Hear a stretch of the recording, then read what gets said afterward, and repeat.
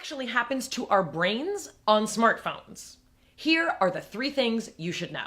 Number 1, convenience plus distraction equals phone madness. The simple fact that our phones exist means that distractibility is literally a constant heartbeat away. This draws our attention away from things in ways that we may not even fully comprehend. For example, one scientific study showed that people messed up on cognitive tasks the closer their cell phones were to them, even if they didn't consciously think they were being distracted by them. The subjects who had their phones closest to them did the worst on these cognitive tasks, and the people who did the best had their cell phones in another room. In another study, subjects whose phones kept giving them alerts but weren't allowed to check them had increased blood pressure and all of these other weird physiological measures that indicated anxiety. The take-home message is, there is such a thing as the unconscious, and it knows where your phone is. Number 2, cell phones aren't people.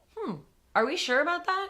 Kind of feels like they're people. They're not people. I have noticed that a lot of the time, my mind totally feels like it's elsewhere, even when I'm spending time with people that I love.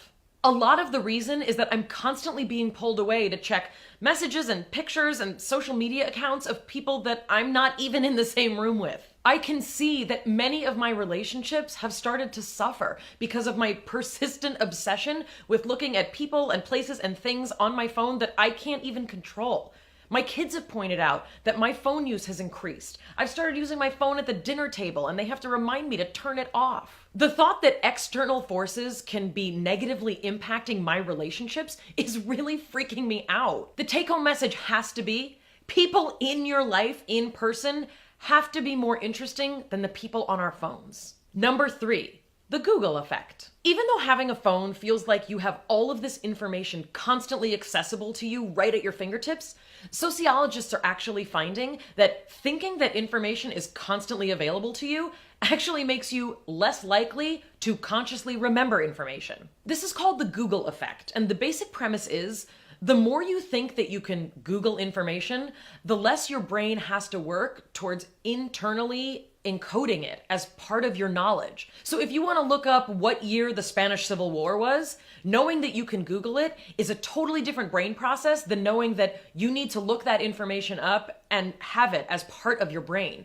because you can't rely on the fact that it's always going to be Googleable. We're living in a generation of people who feel like they know more than any generation before, when in fact, we may actually be living in a generation where people know less than they ever did before. A great example of this is when I meet people who grew up in the age of cell phones and they can't navigate anywhere without their phone telling them where to go. For those of us who grew up with maps and needing to remember where we went without looking it up on a phone, our hippocampus had to work really hard to remember that information.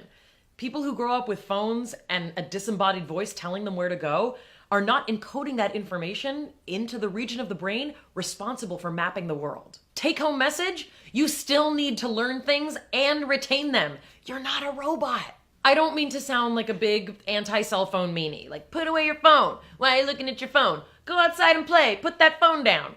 But I do think it's time to take a good hard look at the way our lives have changed because of phones. We also need to assess whether or not we need to make some shifts. I know that I do. Since trying to make these shifts, my kids have noticed that I'm on my phone less. And I want to start doing more things, like leaving my phone at home when otherwise I'd have it in my pocket. I want to go to restaurants and not feel like I'm constantly going to be pulled away from whatever on my phone. I want to be present with the people that I am with and spend time with them in meaningful ways. I am not perfect at this, and it's going to be a struggle for all of us to try and maintain brain sanity in a world of phone insanity. I continue to love my phone for the places that it can take me, both literally and figuratively. But I also don't want to lose sight of where I came from and where it is that I want to go.